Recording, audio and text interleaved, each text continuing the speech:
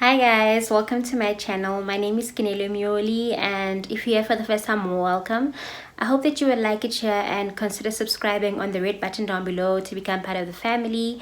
And if you're a returning subscriber, welcome back. I appreciate you. I would appreciate it if you would consider helping me grow my family. In today's video, I want us to talk about finances in marriage.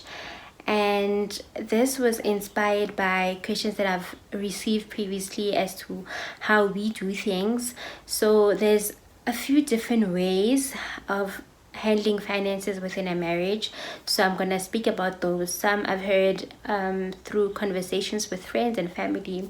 So if you are considering getting married, or you're engaged, or you wanna know how it would work in future, just stay tuned.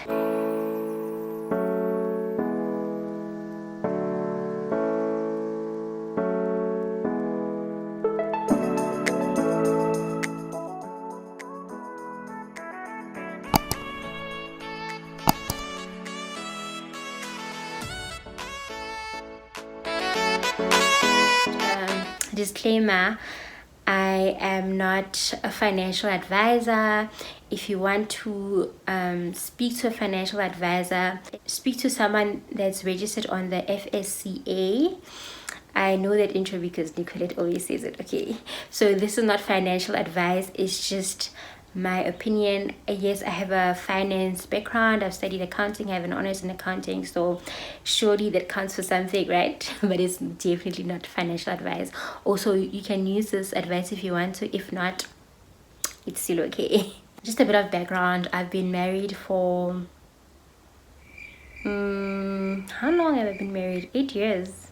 The one way that we handle our finances and our marriage is that we both have our own duties. So we both work, right? So we both earn an income, and there's obviously other forms of finances that come in, but we don't have a joint account. So we both get our respective incomes in our own bank account, and then from there what we'll do is we'll have our own responsibilities. So my husband will do his responsibilities, and I'll also do mine. So obviously there'll be things like the house, the cars, groceries. We have a baby who's going to be going to school soon. There's a nanny, so we just split the bills accordingly. We also have things like medical aid, so depending on whoever is earning more money, they will handle the bigger finances, or they'll handle the bigger expenses, and you handle whatever according to your salary. At things like food, for example, I will buy the groceries, and if my husband is out and something is missing, he won't say I'm not gonna buy this because I'm not gonna buy this because it's not my responsibility, it's my wife's responsibility. So if he's out at the shops and something is missing, or we've run out of something, he will definitely buy it. Same for me. If whatever is missing and I need to buy it and it's my husband's responsibility, I don't say, but this has nothing to do with me. And also things like date night, like I said, because we don't have joint accounts, we pay, we take turns.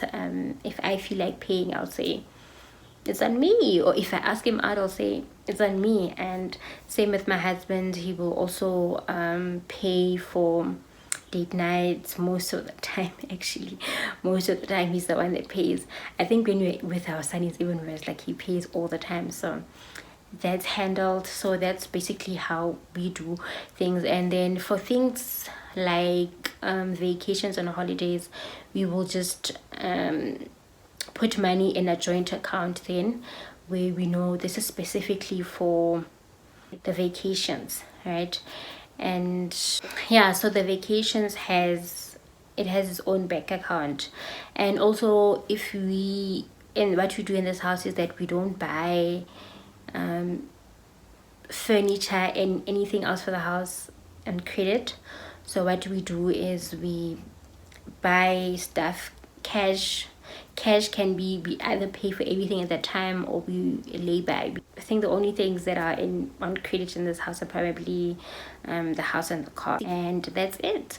So basically that's one way of doing things. I know the second way that I've heard that I was speaking to a family friend is that they have a joint account. So what they do is that you both incomes, if you are working, if you're both working, is that it gets put into one account. So if you're earning a salary or any other income, it gets injected into one account.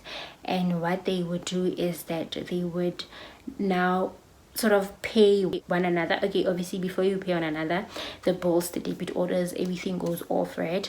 Or you pay the bills yourselves, and then after that you sort of have like an allowance. So the husband will get his portion of the allowance, the wife gets her portion of the allowance. They both have access to the bank account. If anything needs to be signed, etc., they both have to be there. So that's the other way. I think in that way, you know, like, okay, this is how much we have, you know. If I want to spoil myself, you also don't feel like now I need to go ask, like, can I buy myself a pair of shoes? You have your own money that's allocated to you for your own things. If you want to go to a guy's night out, you know that, you know, I have my own pocket money, I don't need to ask. Because I think that can also be like a concern if you are now have a joint account and you have to ask for permission for every single thing. So I think it's nice that you get to have like pocket money, so that you don't always have to ask for permission. And or maybe if someone at home asks you to lend the money, and then you're like, let me go speak to my husband, you know that you have money that's allocated to you. And also now you can both see like, okay, this is what we have for the month. You know, the bigger things obviously you have to discuss if it's beyond the money that you have allocated to you for the particular month.